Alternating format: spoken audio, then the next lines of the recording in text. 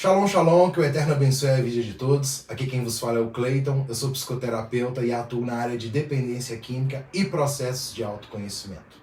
E aí, tá pronto para a aula de hoje? Então, papel, lápis, caneta na mão, que vão ter algumas perguntas no meio da aula que são muito importantes você copiar e responder, porque a nossa aula vai ser muito didática.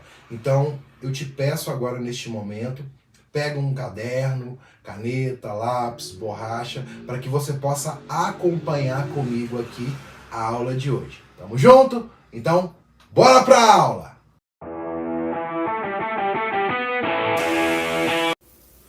Decidimos entregar nossa vontade e nossas vidas aos cuidados de Deus da maneira como nós o compreendíamos. Passo 3. Trabalhamos os passos 1 e 2 com nosso padrinho, madrinha, terapeuta, enfim, com alguém. Nos rendemos e demonstramos nossa boa vontade para tentar algo novo.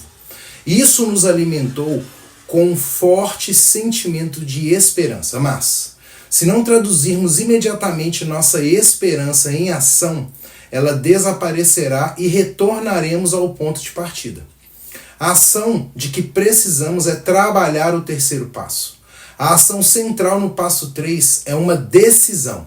A ideia de tomar essa decisão pode nos deixar apavorados, especialmente quando analisamos o que estamos decidindo fazer neste passo. Tomamos uma decisão, qualquer decisão e uma coisa que a maioria de nós não fazia há muito tempo. Nossa dicção, as autoridades e até mesmo nossa omissão tomavam as atitudes por nós, porque não queríamos a responsabilidade de resolver qualquer coisa sozinhos. Quando descobrimos esse conceito de confiar nossa vontade e nossas vidas a algo que a maioria de nós não compreende no momento, podemos simplesmente achar que as coisas todas estão além das nossas capacidades e começar a procurar um atalho ou caminho mais fácil para o nosso programa. Esses pensamentos são muito perigosos. Por quê? Quando tomamos atalhos na nossa programação, damos um curto-circuito na nossa recuperação.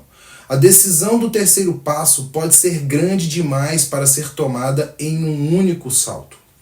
Nossos medos e pensamentos perigosos aonde eles nos conduzem podem ser aliviados, dividindo-se o terceiro passo em uma série de etapas menores e separadas. Este passo é só mais um trecho do caminho da recuperação da nossa adicção.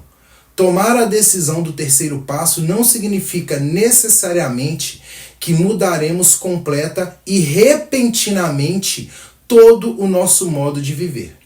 Mudanças fundamentais nas nossas vidas acontecem gradualmente quando trabalhamos nossa recuperação.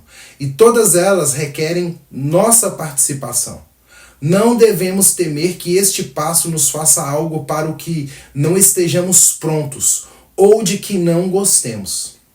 É significativo este passo nos sugerir entregarmos nossa vontade e nossas vidas aos cuidados de Deus, da maneira como o compreendemos. Essas palavras são particularmente muito importantes. Trabalhando o terceiro passo, estamos permitindo que algo ou alguém cuide de nós, não que vá nos controlar ou conduzir nossas vidas por nós. Este passo não nos sugere que nos tornemos robôs sem cérebro e sem capacidade de viver nossas próprias vidas. Nem permite que cedam a tal impulso aqueles de nós que considerem tal irresponsabilidade atraente. Em vez disso, estamos tomando a simples decisão de mudar de direção, de parar de nos desgastar tentando fazer tudo acontecer como se estivéssemos encarregados do mundo. Estamos aceitando que um poder maior do que nós tomará conta da nossa vontade e das nossas vidas melhor do que nós o fizemos. Estamos avançando no processo espiritual de recuperação, começando a investigar o que a palavra Deus significa para nós como indivíduos. Neste passo, cada um de nós terá que chegar a algumas conclusões sobre a sua concepção do significado da palavra Deus. Nossa compreensão não tem que ser complexa ou completa. Não precisa ser igual à de nenhuma outra pessoa. Podemos descobrir que temos certeza do que Deus não é para nós, mas não do que Deus é, e está tudo bem. A única coisa essencial é começarmos a buscar que nos permitirá uma compreensão mais profunda. À medida que nossa recuperação ela continua. O nosso conceito de Deus crescerá à medida que crescemos na nossa recuperação. Trabalhar o terceiro passo nos ajudará a descobrir o que funciona melhor para nós. Tomar uma decisão. Como já discutimos, muitos de nós podem ficar perturbados com a ideia de tomar uma grande decisão. Podemos nos sentir intimidados ou pressionados. Podemos temer os resultados ou o compromisso que isso implica. Podemos achar que é uma ação definitiva e recear não fazê-la direito ou não ter a possibilidade de repeti-la. Entretanto, a decisão de entregar nossa vontade e nossas vidas aos cuidados do Deus da nossa compreensão pode ser tomada repetidamente, diariamente, se necessário. Na verdade, provavelmente, descobriremos que será preciso fazer essa escolha regularmente, todos os dias, ou nos arriscaremos a perder nossa recuperação por causa da complacência. É essencial envolver nossos corações e espírito, embora a palavra decisão soe como algo que acontece mais no plano mental. Precisamos fazer o trabalho necessário para ir além de uma compreensão intelectual, internalizando essa escolha. Perguntas agora para você ou para o seu paciente ou seus pacientes. Por que tomar uma decisão é o trabalho principal deste passo? Posso tomar essa decisão só por hoje? Tenho medo dela ou reservas a seu respeito? Quais são elas? Precisamos ter consciência de que não faz sentido tomar uma decisão sem dar sequência a ela com a ação. Por exemplo, podemos decidir numa manhã ir a algum lugar e, depois, nos sentar e não sair de casa pelo resto do dia. Agindo assim, tornamos sem sentido a nossa decisão anterior.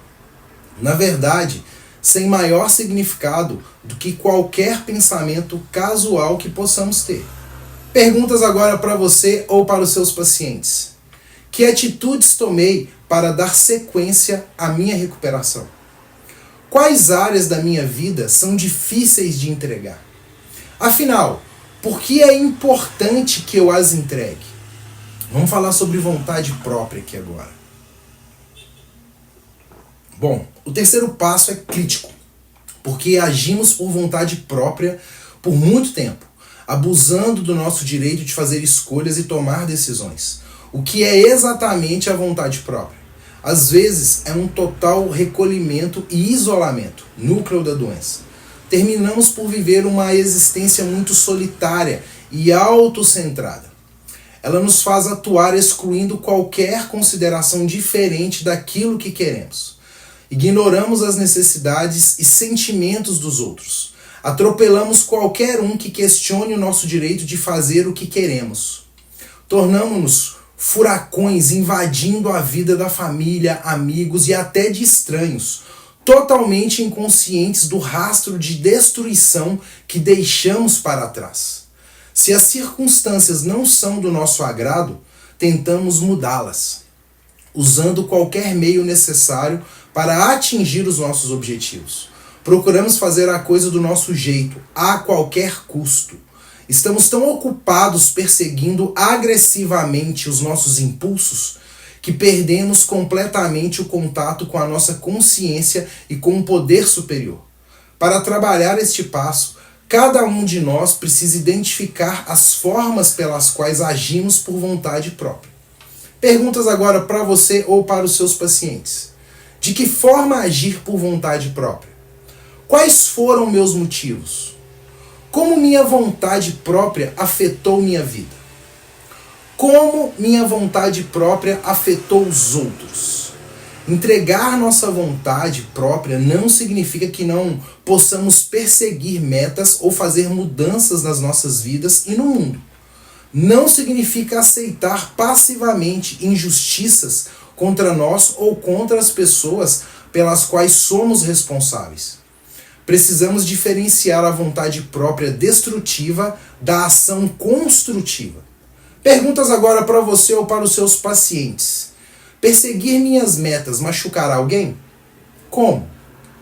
Na busca do que quero, é provável que acabe fazendo algo que afete negativamente a mim e aos outros. Explique isso para você.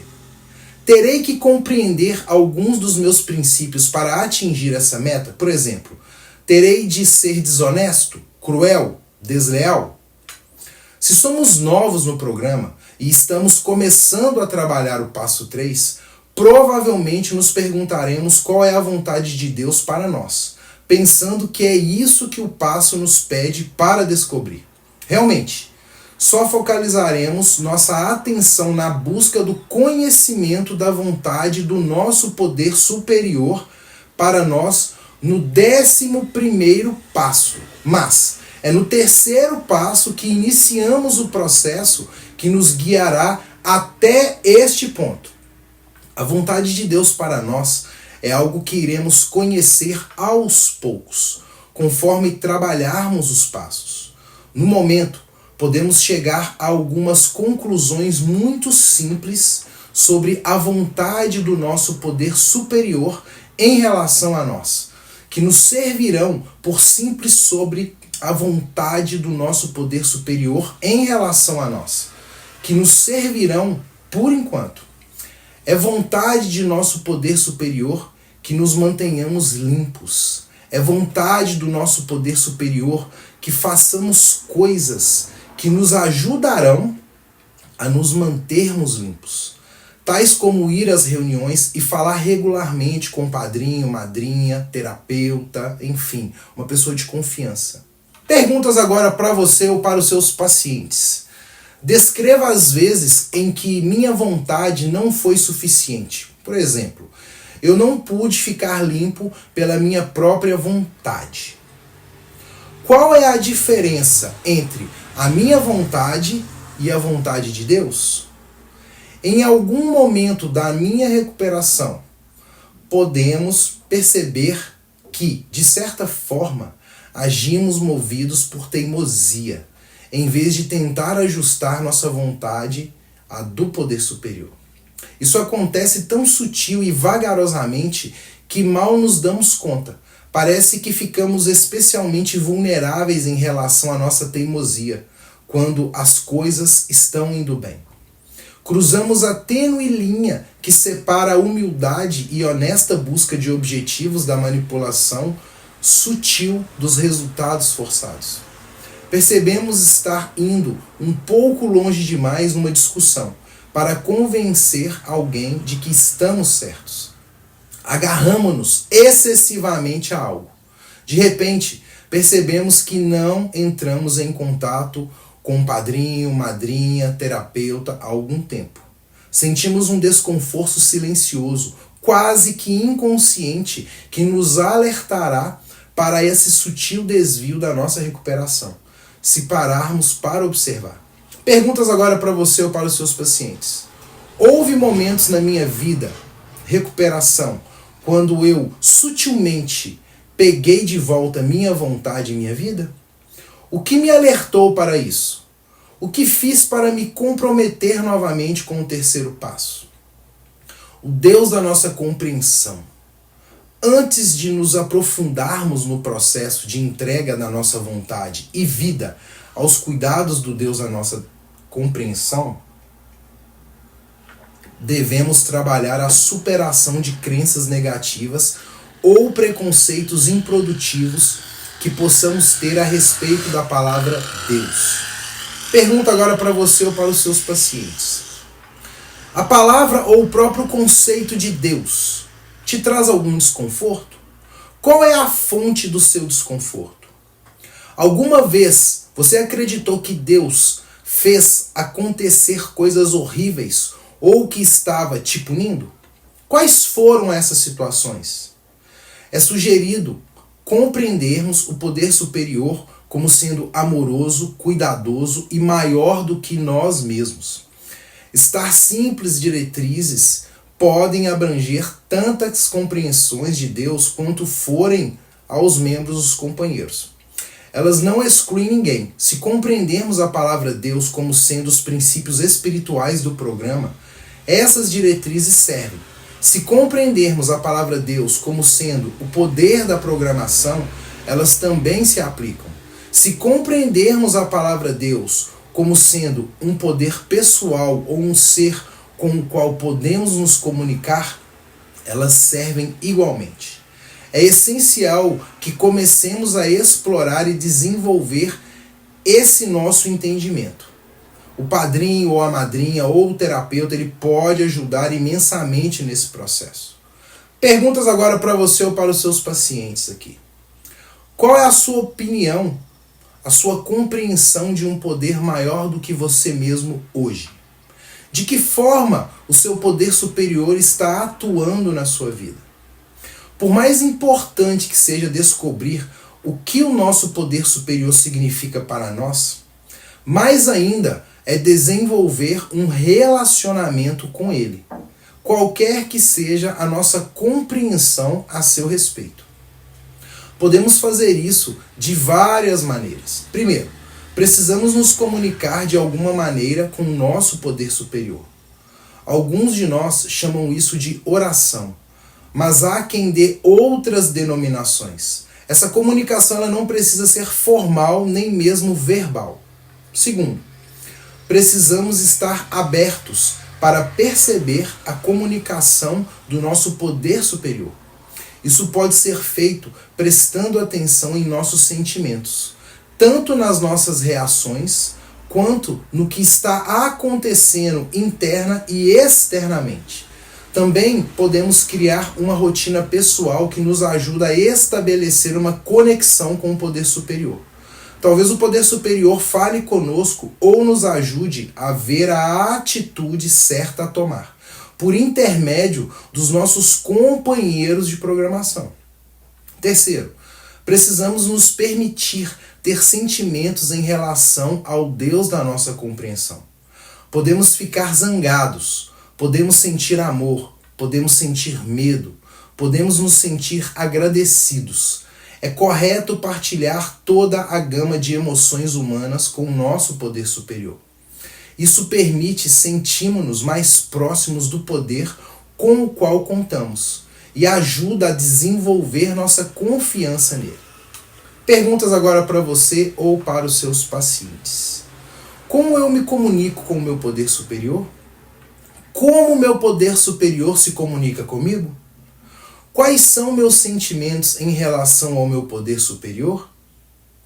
À medida que permanecemos limpos por algum tempo, muitos de nós trabalhamos para desenvolver uma compreensão de Deus.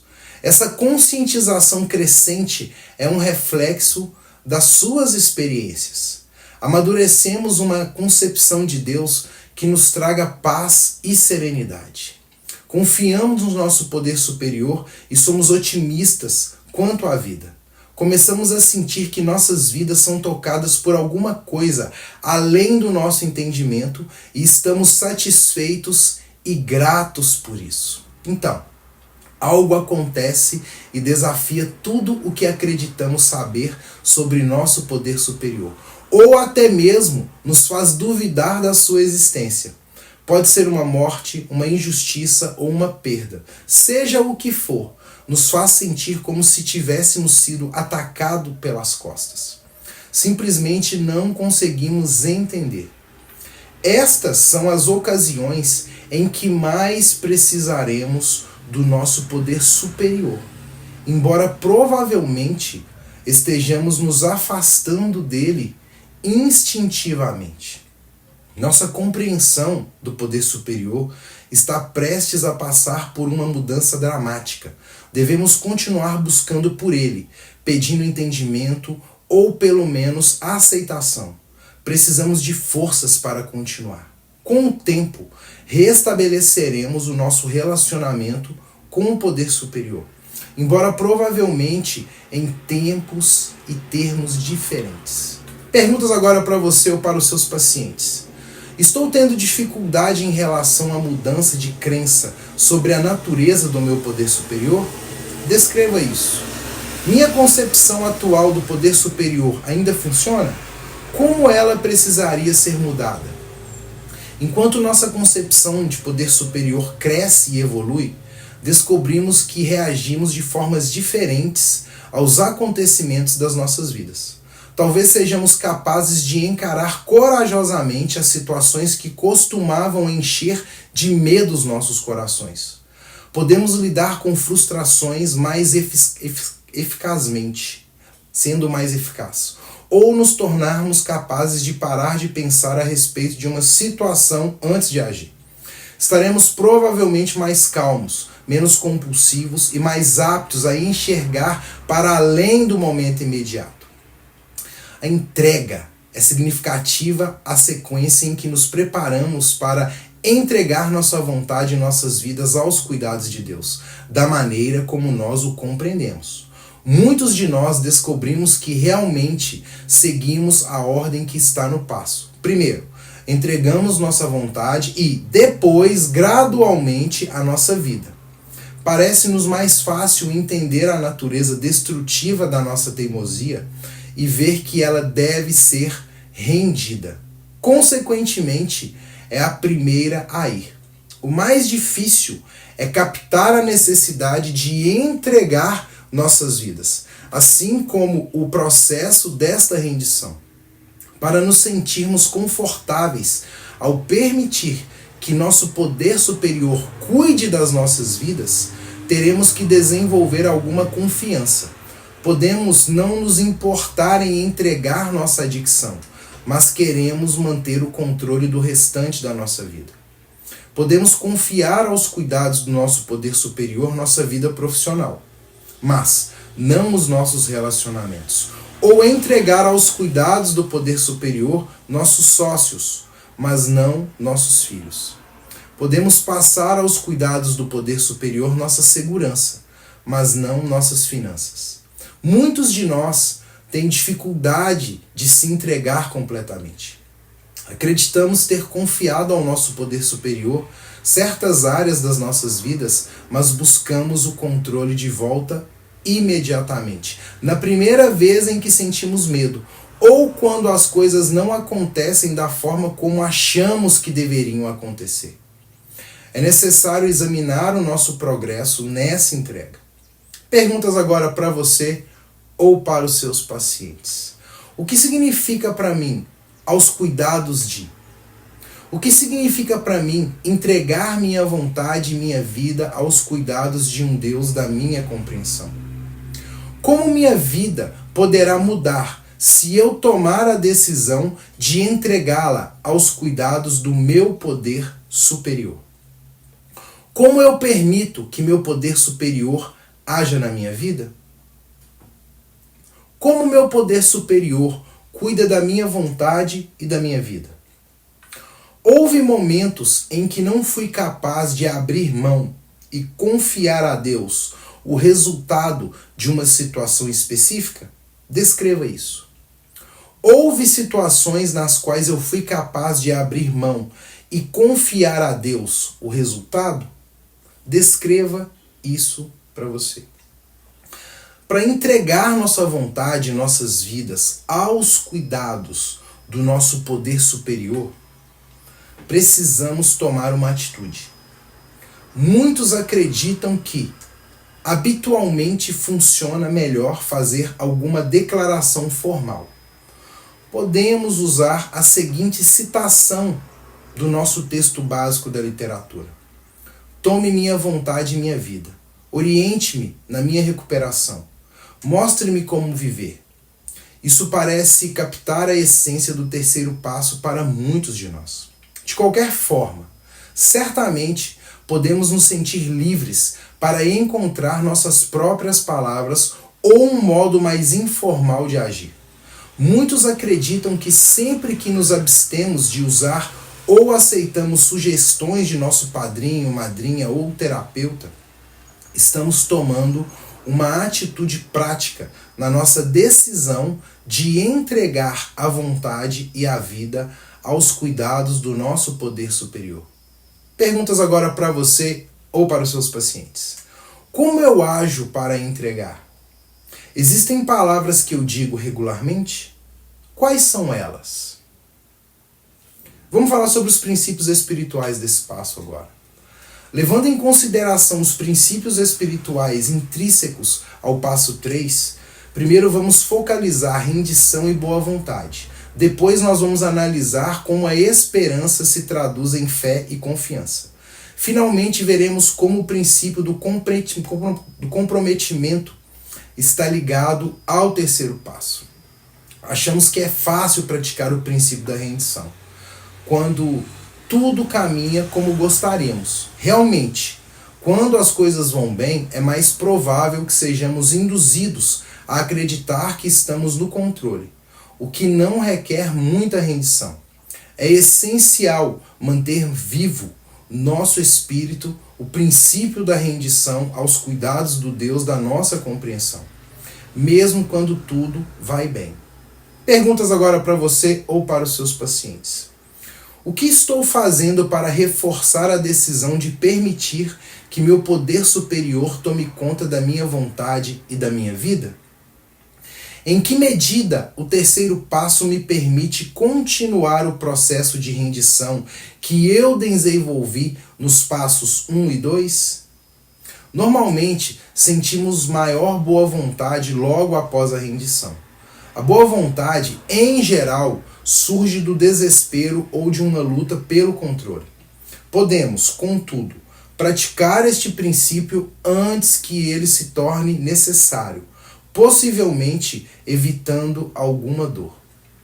Perguntas agora para você ou para os seus pacientes. De que maneira demonstrei boa vontade na minha recuperação até agora?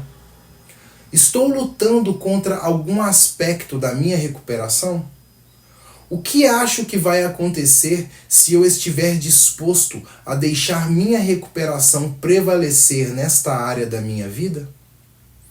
Existe um crescimento espiritual que vai da esperança para a fé e daí para a confiança. No terceiro passo, quando iniciamos o passo, trouxemos o sentimento de esperança que nasceu em nós quando trabalhamos o segundo passo. A esperança surge do conhecimento de que nossa vida é cheia de possibilidades. Ainda não existem certezas concretas, só os princípios, indícios de que seremos capazes de realizar os desejos mais profundos do nosso coração.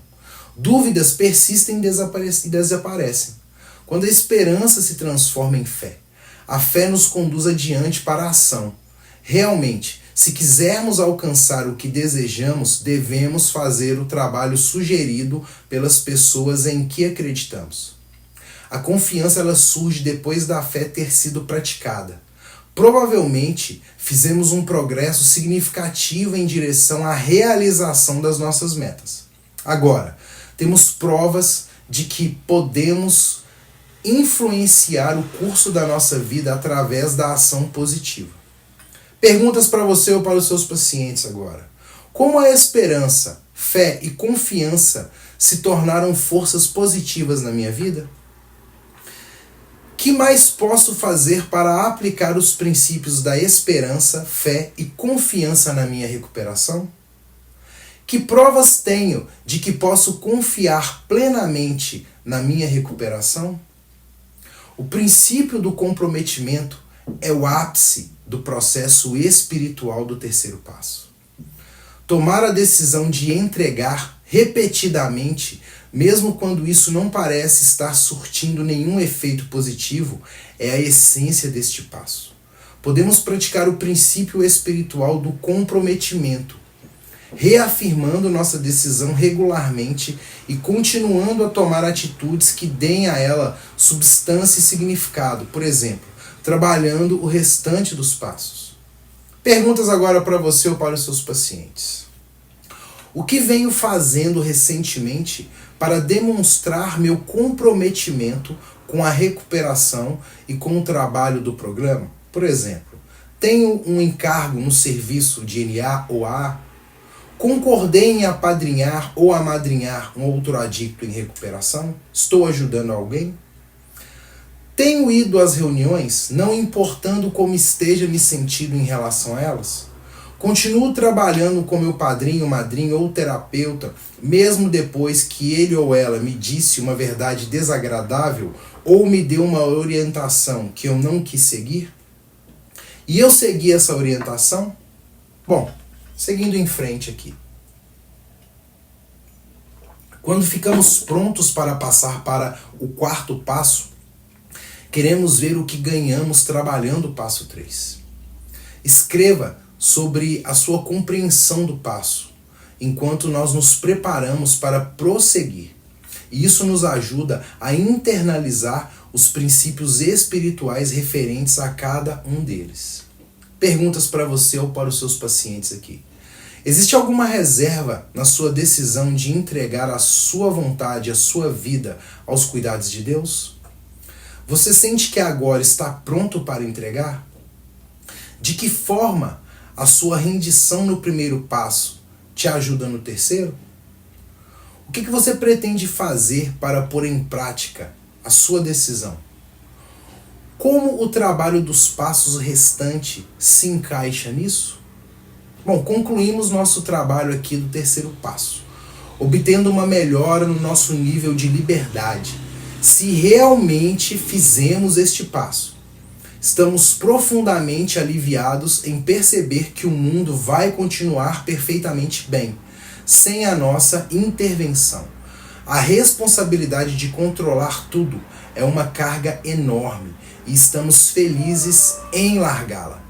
Podemos nos sentir confortados porque um Deus amoroso está cuidando da nossa vontade e da nossa vida, mostrando-nos sutilmente que estamos no caminho certo. Vimos como realmente eram nossas velhas ideias e temos a boa vontade de abrir mão delas, permitindo que aconteçam mudanças nas nossas vidas. Podemos até perceber que estamos dispostos a correr alguns riscos que nunca tivemos coragem de assumir antes, pois estamos seguros por conhecer o cuidado do nosso poder superior em relação a nós. Algumas pessoas fazem uma pausa antes de tomar decisões importantes e se baseiam na sua própria espiritualidade. Confiamos na nossa fonte de força. Convidamos o nosso poder superior para agir na nossa vida e avançamos, uma vez que temos a certeza de estar no caminho certo. Agora, precisamos dar outro passo no caminho da recuperação que torna real a decisão do terceiro passo. É tempo de fazer um minucioso e destemido inventário moral de nós mesmos. Mas isso fica para a próxima aula. Legal? Se você gostou dessa aula, se você gostou desse conteúdo, não deixe de dar o seu like. Se você não é inscrito no canal ainda, se inscreve no canal e compartilha esse vídeo para que mais pessoas possam ter acesso a essa aula e que possam realmente buscar a libertação do abuso de substâncias psicoativas ou de comportamentos adictivos. Legal? Shalom, shalom e tamo junto e até a próxima aula. Valeu!